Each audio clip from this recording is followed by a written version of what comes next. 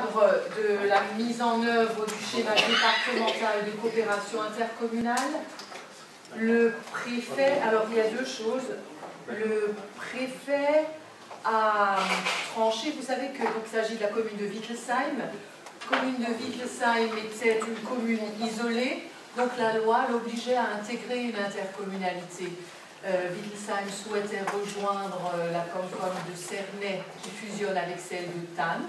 Donc les élus de là-bas n'ont pas souhaité l'adhésion de Wittelsheim, donc le préfet a tranché, Wittelsheim rejoint la N2A. Alors donc ça c'est une décision prise par le préfet, d'une part. D'autre part, là nous sommes consultés, donc c'est autre chose, sur l'extension du périmètre du CIVOM de l'agglomération mulhousienne à Wittelsheim. Donc le préfet a pris un arrêté portant projet d'extension de ce périmètre du CIVOM de l'agglomération mulhousienne à la commune de Wittelsheim. Cette extension sera prononcée après accord des organes délibérants des membres du CIVOM.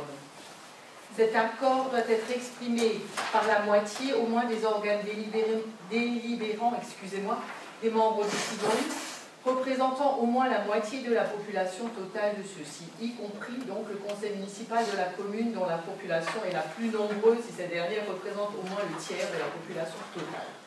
Voilà, alors cet arrêté, voilà les textes, a été donc notifié à toutes les communes et à tous les EPCI membres de CIVOM, donc nous sommes EPCI membres du CIVOM, et à compter de cette notification qui est arrivée en début d'année, les organes délibérants disposent d'un délai de 3 mois pour se prononcer.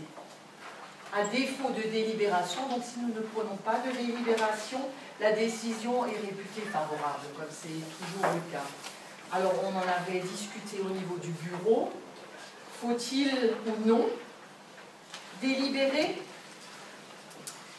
Alors c'est la première question que je vous pose. Donc si nous délibérons, on peut opter soit pour un oui, soit pour un non. Et si on refuse de délibérer, donc au bout de 3 mois, notre avis sera réputé comme favorable. Voilà, est-ce que, je ne sais pas, il y a des questions par rapport à ça? Si on délibère, est-ce qu'on ne peut pas s'abstenir, tout S'abstenir. Moi j'ai... Oui, attends. Juste juridiquement, est-ce qu'on peut faire ça? Si les 23 s'abstiennent, il n'y a pas de majorité. Mais c'est qui nous demande de délibérer? C'est le préfet. Comment? C'est le préfet qui demande notre avis. Ouais. Et est-ce que les gens de Wittelsheim sont d'accord? Eux, ils voudraient rester isolés. À partir du moment où ils intègrent le périmètre de la M2A, je veux dire... Gabi, tu souhaitais apporter une Je souhaitais précision? intervenir sur ce point-là. Lors du dernier bureau, je défendais le refus de délibération.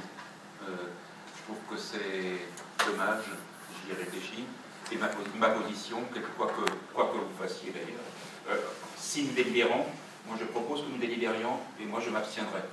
Parce que je considère que je ne connais pas la position de Wittelsheim, je ne sais pas quel est l'intérêt si Wittelsheim a envie ou pas, je ne connais pas la position de la M2A. On nous demande de prendre position dans un truc où je suis totalement non connaissant la chose. Par contre, le fait de délibérer et de s'abstenir montrera que nous ne sommes ni d'accord, ni opposés. Juste une parenthèse, Maître Fonfeld l'a appelé, il est revenu au bureau, il s'excuse. Il ne pourra pas venir.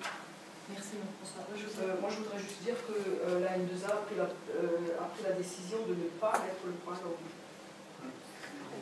Pourquoi ils m'ont aussi intéressé?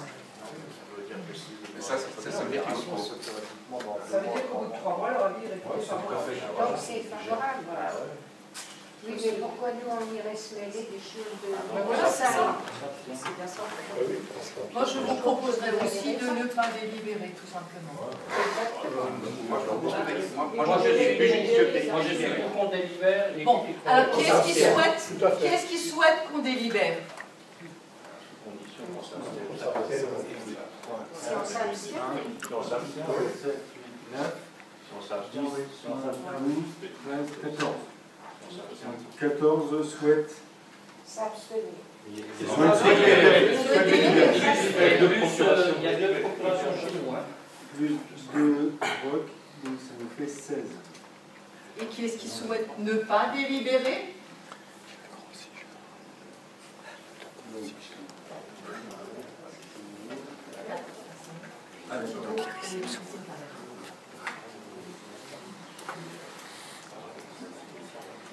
Bien.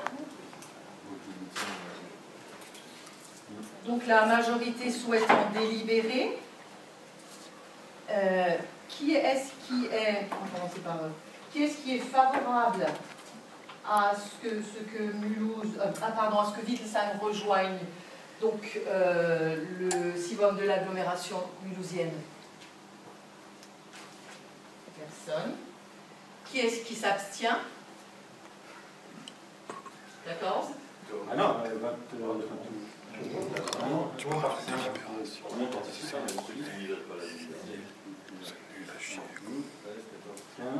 16, 17, plus 2. Ça sert à quoi ça, les filles? Ils sont même pas au courant. Là, il y en a qui ne prennent pas part au vote alors. Il y a un gars qui est absent. Maintenant, ils ont encore des qui est contre. Ah oui, Je souhaitais qu'on délibère, pardon, je pense. Bah oui, mais Merci. facile, une fois que.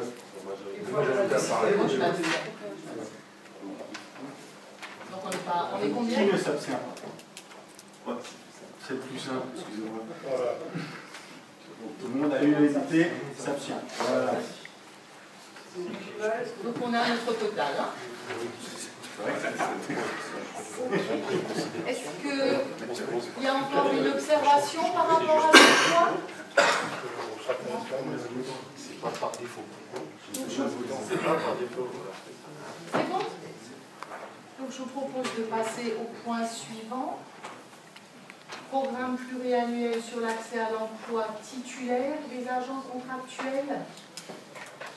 Donc, la loi numéro 2012-247 du 12 mars 2012 relative à l'accès à l'emploi titulaire et à l'amélioration des conditions d'emploi des agents contractuels dans la fonction publique territoriale prévoit un nouveau plan de résorption de l'emploi précaire qui se décline donc sous deux formes.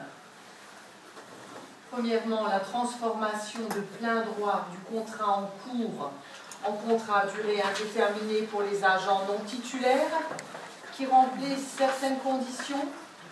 Deuxièmement, le dispositif de titularisation, c'est-à-dire la création de voies professionnalisées de titularisation pour les agents en contrat à durée déterminée sous réserve qu'ils remplissent certaines conditions.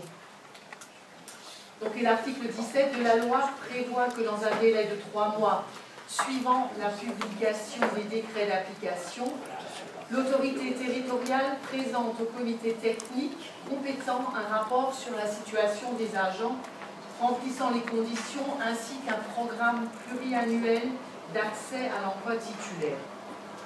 Ce programme détermine notamment, en fonction des emplois et des compétences, les cadres d'emploi ouverts au recrutement réservé, le nombre d'emplois ouverts à chacun de ces recrutements et leur répartition entre les sessions successives de recrutement.